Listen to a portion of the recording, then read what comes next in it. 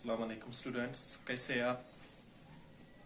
हम आज फिर से स्टार्ट करेंगे एड्जॉर्प्शन जो हमने पढ़ा था उसके बारे में हम फिर से आगे जाएंगे कि उस दिन मैंने आपको बताया था एड्जॉर्प्शन के बारे में, एड्जॉर्प्शन क्या होता है। उसके बाद डिफरेंस हमने पढ़ा था एड्जॉर्प्शन एंड एब्जॉर्प्शन की।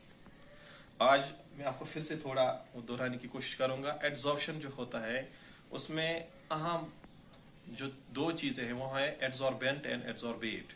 सो एड्जॉर्बेट किसको हम कहते हैं और एड्जॉर्बेंट किसको कहते हैं। जिस तरह से आपके पास होता है सोल्यूशन में वो एक होता है सॉल्यूट, दूसरा होता है सॉल्वेंट। इसी तरह यहाँ पे जो आपका एड्जॉर्बेट है वो है सॉल्यूट, जो आपका एड्जॉर्बेंट है वो है solvent. Like I have shown you, if this is your adsorbent,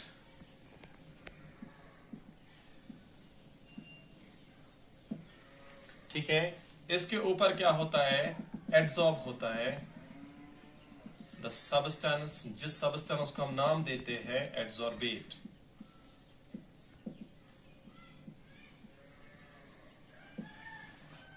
dear students, adsorbate and adsorbent, these are the two important things which you require in the adsorption. Once you got it, then you can understand easily what is adsorption. So again I am telling you, adsorbate आप समझो just like solute।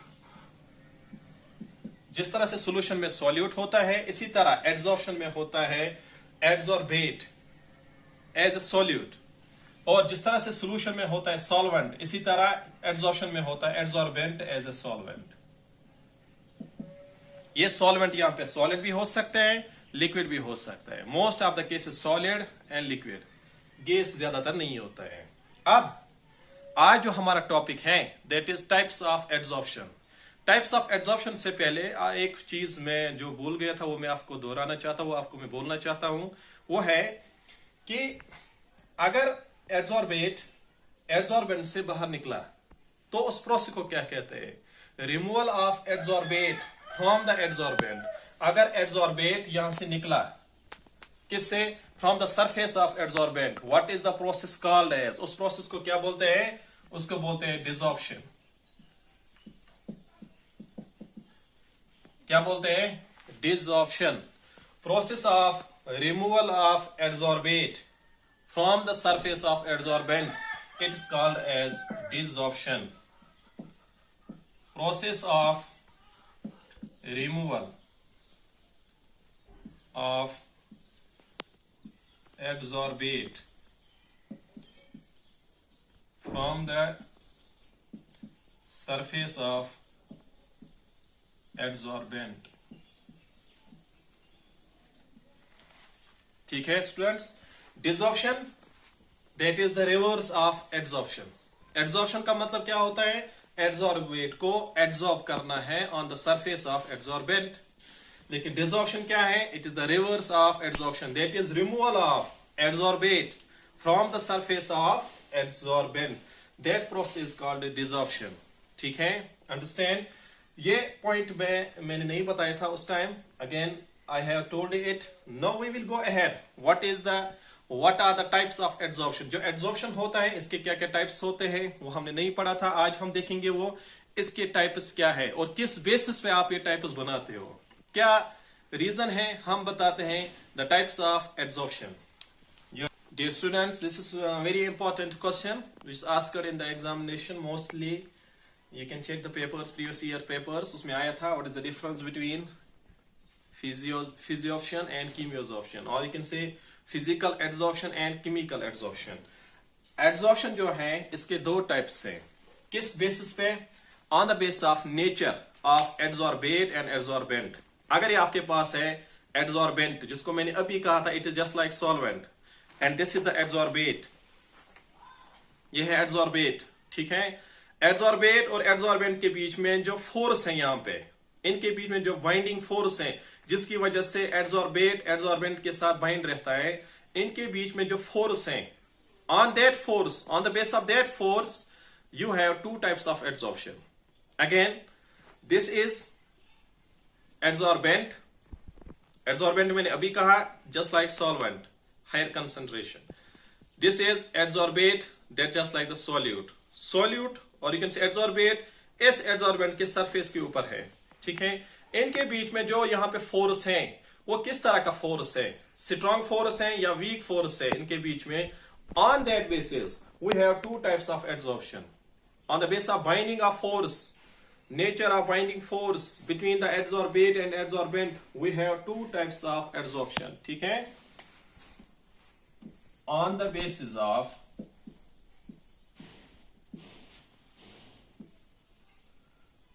force, nature of force between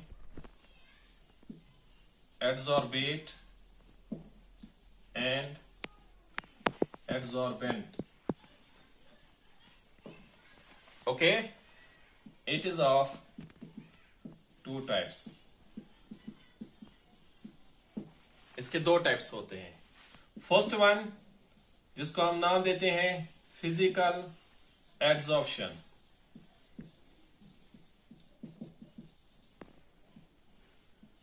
क्या नाम देते हैं, physical adsorption और फिजियोप्शन।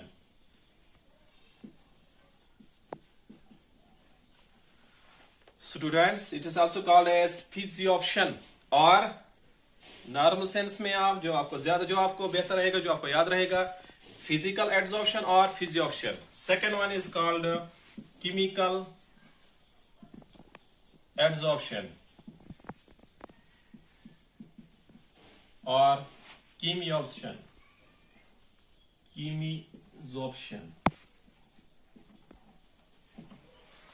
फिजियोप्शन, कीमियोप्शन। सो two types है, लेकिन किस बेस पे? On the base of nature of force between adsorbate adsorbent. अगर ये आपके पास है एड्सॉर्बेट, सॉरी या एड्सॉर्बेंट, दिस इज एड्सॉर्बेट, इनके बीच में जो यहां फोर्स है उस बेसिस पे आपके पास दो तरह के एड्सॉर्प्शन होते हैं। एक को हम कहते हैं फिजिकल एड्सॉर्प्शन और फिजियोप्शन, दूसरे को कहते हैं केमिकल एड्सॉर्प्शन और कीमियोप्शन।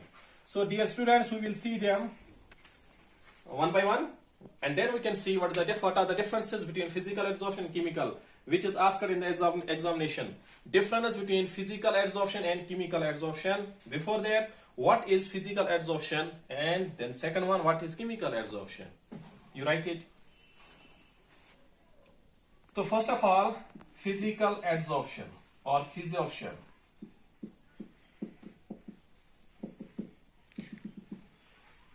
Listen carefully. फिजियोप्शन हम कहते हैं ये वो टाइप है एड्सॉर्प्शन का जिसमें एड्सॉर्बेंट, अगर ये है आपके पास एड्सॉर्बेंट, ठीक है, और ये है आपके पास एड्सॉर्बेट,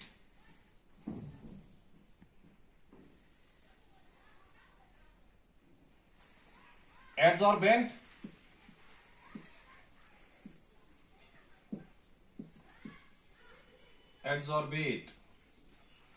एड्सॉर्बेट और एड्सॉर्बेंट के बीच में अगर यहां पे फोर्स होगा, weak force, if the force of attraction between the adsorbate and the adsorbent is weak van der Waals force, then that type of adsorption is called physioption.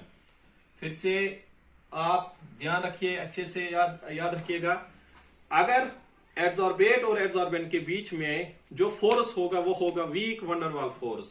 Weak, as you may have already studied in the 11th class, what are van der Waals forces? These are very weak forces. Forces में से सबसे weak force माने जाते हैं van der Waals forces. अगर उस तरह का फोर्स होगा एड्सॉर्बेट और एड्सॉर्बेंट के बीच में, तो उस टाइप ऑफ एड्सॉर्प्शन को हम नाम देते हैं physical adsorption. The force which binds adsorbate with adsorbent is weak van der Waals forces.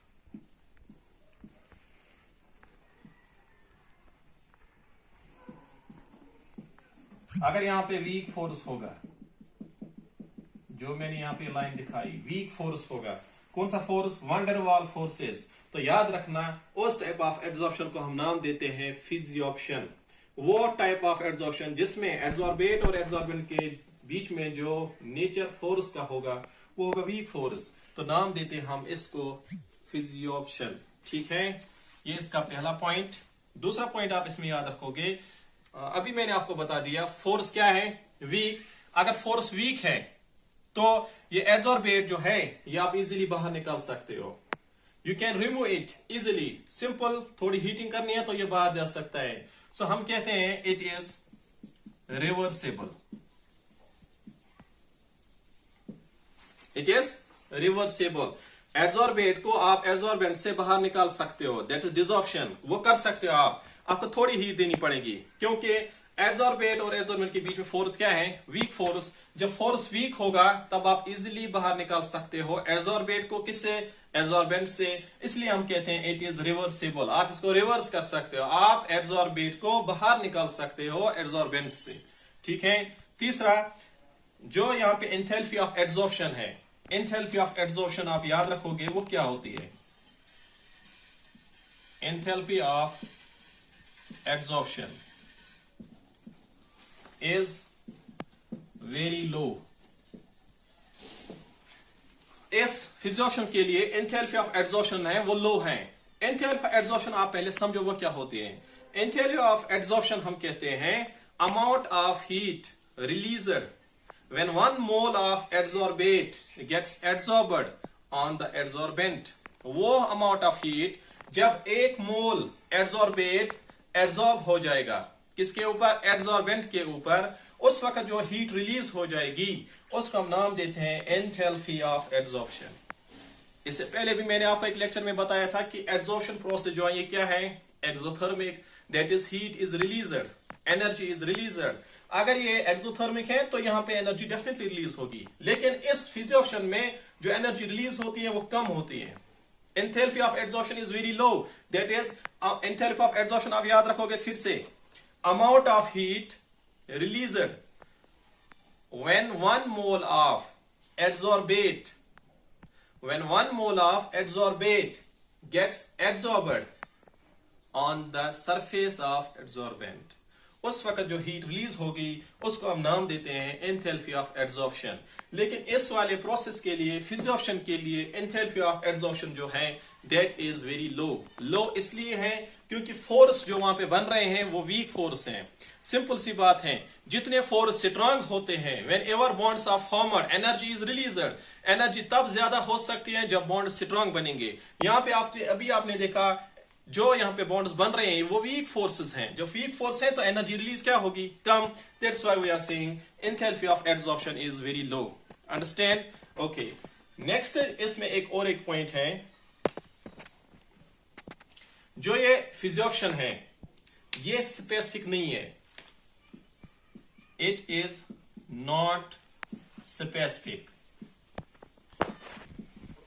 Specific क्या मतलब? कि ये किसी एक पर्टिकुलर सबस्टेंस को एड्सॉर्ब, या आई कैन से एक एड्सॉर्बेट दूसरे एड्सॉर्बेंट के ऊपर एड्सॉर्ब हो जाएगा।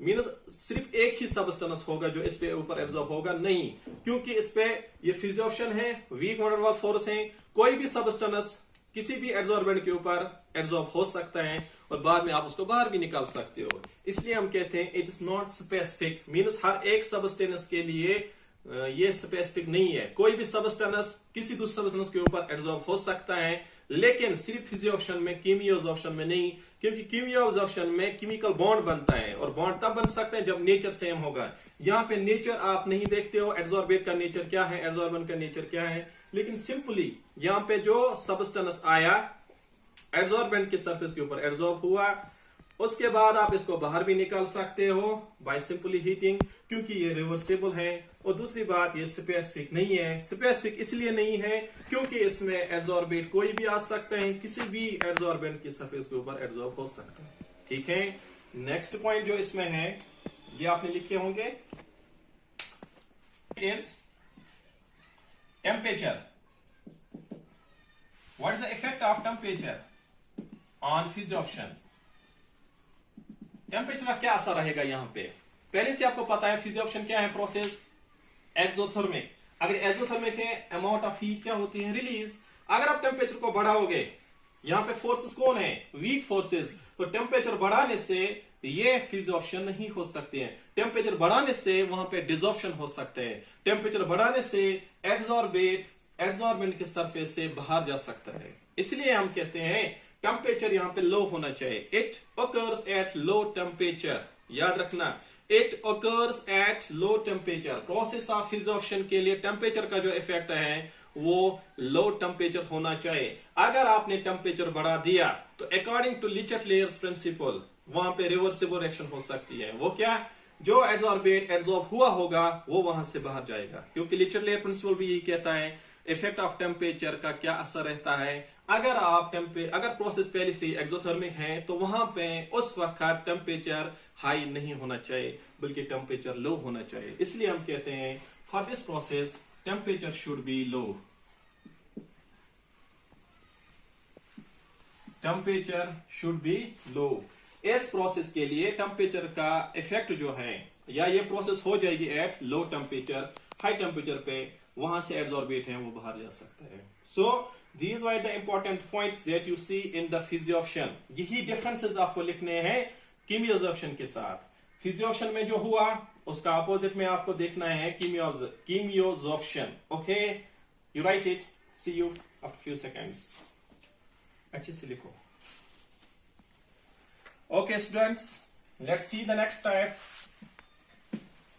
दूसरा जो इसका टाइप है वो है कीमियोजॉर्प्शन।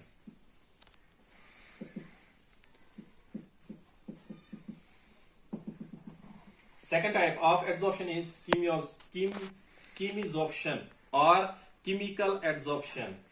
As per the chemisorption is concerned, यहां पे जो एड्सॉर्बेंट होता है और एड्सॉर्बेट होता है।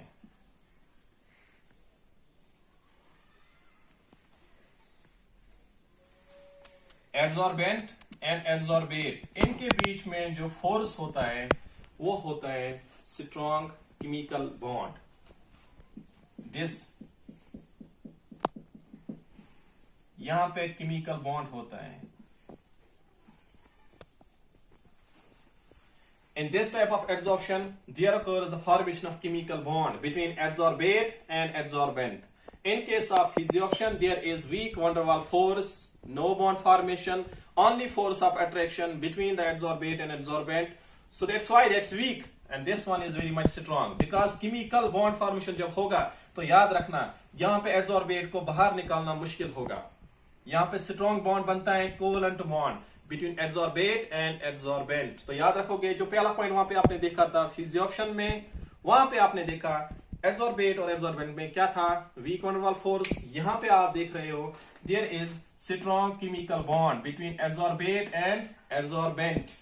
That's why we are saying chemisorption is very much strong. In this process,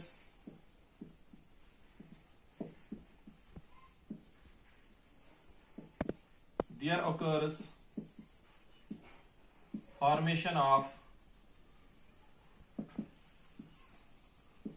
chemical bond, that is covalent bond,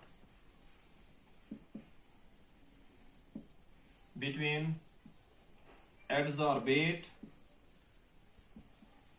and adsorbent।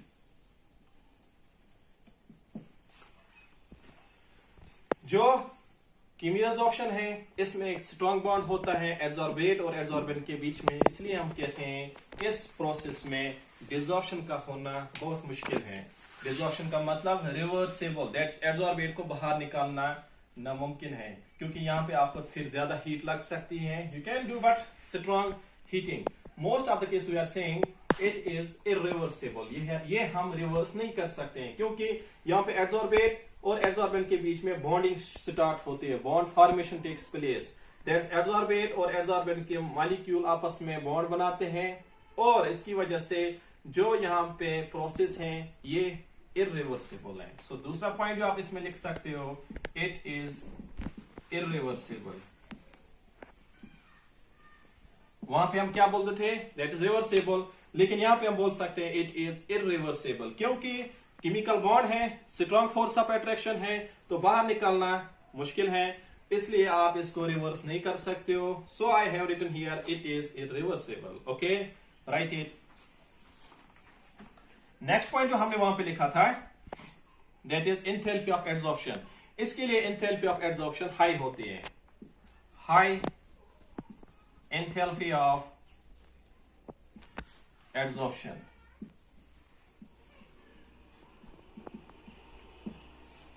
वो क्या है, amount of energy, amount of heat released. जब एड्सॉर्बेंट की सरफेस के ऊपर आता है तो वहां पे उस वक्त जो हीट है वो रिलीज होती है ज्यादा। जब हीट रिलीज हो जाएगी ज्यादा तो इसका मतलब है एंथैल्पी ऑफ एड्सॉर्प्शन का वैल्यू हाई होगा, 100 से अबो होता है।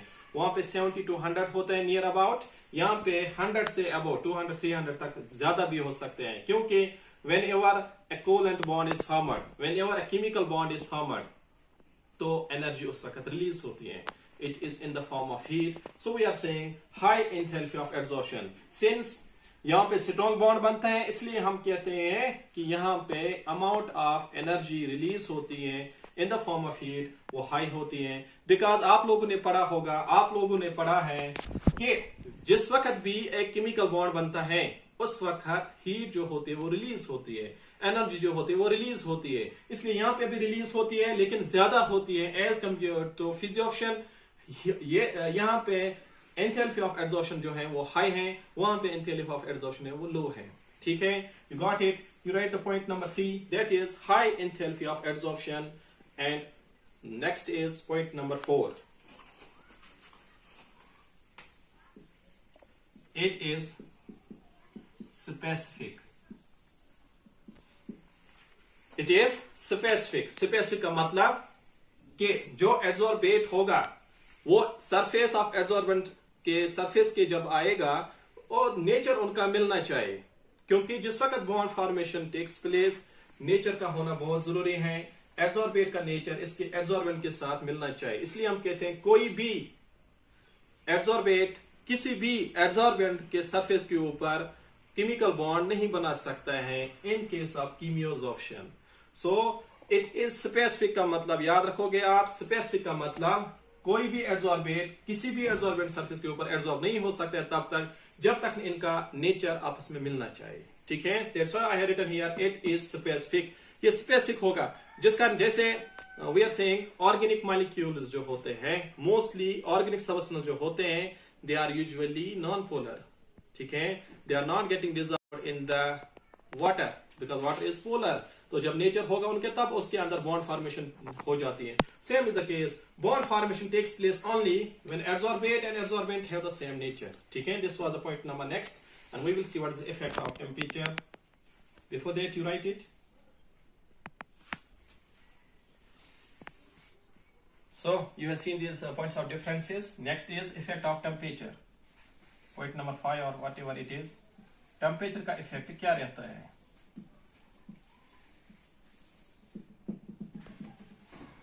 टेम्परेचर का इफेक्ट जहां तक इसका ताल्लुक है, कीमियोसॉर्प्शन में जो प्रोसेस कीमियोसॉर्प्शन है, it first increases with increase in temperature. अगर आप टेम्परेचर पहले बढ़ाओगे तो रेट ऑफ एड्सॉर्प्शन जो होगा, adsorbate gets absorbed on the adsorbent is going to increase and then it is going to decrease. So first temperature बढ़ाने से rate of adsorption, कीमियोसॉर्प्शन जो है वो इंक्रीज हो जाएगी, लेकिन बाद में धीरे धीरे वो डिक्रीज हो रही है। डिक्रीज इसलिए हो रही है क्योंकि जो ये प्रोसेस है एड्सॉर्प्शन, ये क्या है, एक्सोथर्मिक। तो अब यहाँ पे देखना है पहले इंक्रीज होने से, पहले इंक्रीज टेम्परेचर करने से किस वजह से इंक्रीज हो जाएगा। वो इसलिए है क्योंकि अगर हम देखेंगे फिजियोप्शन, इन फिजियोप्शन gas gets absorbed at low temperature। अगर एक गैस आप एब्जॉर्ब कर रहे हो फिजियोप्शन में तो वो लो टेम्परेचर पे हो रहा है, लेकिन अगर आप इसी फिजियोशन को कन्वर्ट करोगे कीमियोजॉर्प्शन में, तो आप इसको कन्वर्ट कर सकते हो बाय इंक्रीजिंग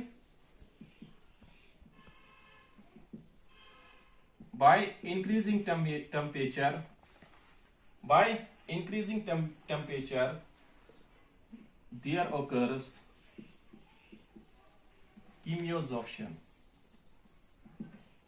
chemisorption. वो कैसे? I will show you. अगर हम लेंगे निकल सरफेस के ऊपर हाइड्रोजन मॉलिक्यूल जो है वो एड्सॉर्ब होते हैं। This is nickel, it is adsorbent.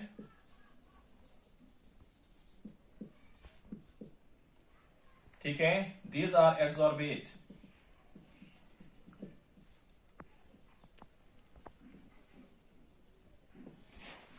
Just listen it carefully.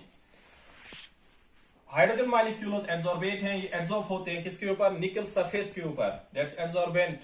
These hydrogen molecules जो हैं by the weak van der Waals force, that's why I have shown you a dotted line. These are the weak van der Waals forces, जिसकी वजह से ये इसके साथ bind रहते हैं। अगर आप टेम्परेचर को बढ़ाओगे तो हाइड्रोजन गैस जो है ये ब्रेक होगा, हाइड्रोजन मॉलिक्यूल जो है ये ब्रेक होगा और किस में कन्वर्ट होगा? हाइड्रोजन एटम में। So if temperature is increasing temperature, H2 molecules get converted into hydrogen atoms. अगर आप टेम्परेचर बढ़ाओगे फिजियोशन में तो क्या होगा? जो H2 मॉलिक्यूल्स होंगे ये ब्रेक होंगे, ये कन्वर्ट होंगे हाइड्रोजन एटम में, और हाइड्रोजन एटम बॉन्ड बनाएंगे निकल के साथ, निकल सरफेस के साथ। अब यहां पे chemical bond formation takes place हो रही है। सो इट मीन्स यहां पे अब केमिकल बॉन्ड वजूद में आ रहा है। जब केमिकल बॉन्ड आएगा तो हम कहते हैं कीमियोजॉर्प्शन। तो कीमियोजॉर्प्शन कब हुई? जब आपने टेम्परेचर बढ़ा दिया। तो टेम्परेचर बढ़ाने से यहां पे कीमियोजॉर्प्शन हुई। लेकिन अगर आप थोड़ा और टेम्परेचर बढ़ाओगे तो यहां पे हाइड्रोजन मॉलिक्यूल जो है, एटम्स जो है, ये यहां से फिर बाहर जा सकते हैं। That's why we are saying if you increase the temperature first, there occurs chemisorption, rate of chemisorption में इंक्रीज। अगर आप टेम्परेचर बढ़ाओगे तो फिजियोजॉर्प्शन जो है वो कन्वर्ट होगी किसमें? कीमियोजॉर्प्शन में। और जब कीमियोजॉर्प्शन हो जाएगी तो किस वजह से हुई? टेम्परेचर बढ़ाने से। लेकिन जो ही आप और टेम्परेचर बढ़ाओगे तो यहां पे जो एड्सॉर्प्शन होगी वो डिक्रीज होगी बिकॉज ऑफ लिचट लेयर प्रिंसिपल। ये इस वजह से हुई यहां पे टेम्परेचर बढ़ाने से, क्योंकि आप फिजियोजॉर्प्शन जो है कन्वर्ट कर रहे हो कीमियोजॉर्प्शन में। लेकिन उसके बाद फर्दर टेम्परेचर इंक्रीज करने से रेट ऑफ कीमियोजॉर्प्शन जो है वो डिक्रीज हो जाएगी। ठीक है, इसलिए हम कहते हैं टेम्परेचर का इफेक्ट क्या है कीमियोजॉर्प्शन में? Chemisorption first increase as you increase the temperature and then it decreases. Later on ये डिक्रीज हो रही है अगर आप टेम्परेचर बढ़ाओगे, क्योंकि ऑलरेडी हमें पता है प्रोसेस ऑफ एड्सॉर्प्शन जो है वो है exothermic.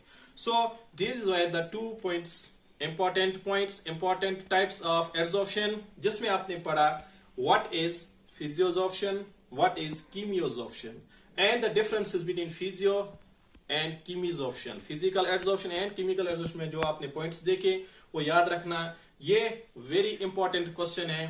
Previous year it has been asked, and the next year I can't say whatever, but it's very much important. So ये जो पॉइंट्स है ये आप याद रखोगे और उसके बाद आप नीचे डिफरेंस लिख सकते हो खुद जितने मैंने पॉइंट्स बताए, 5 points of differences, or you can may write more than that one. And next we will see the next question. Before that you write it properly. This is the example how the physiorsorption takes place, and then this is the chemiorsorption. यहाँ पे जो ये bond है this is covalent bond. ठीक है, यहाँ पे जो है these are van der Waals forces.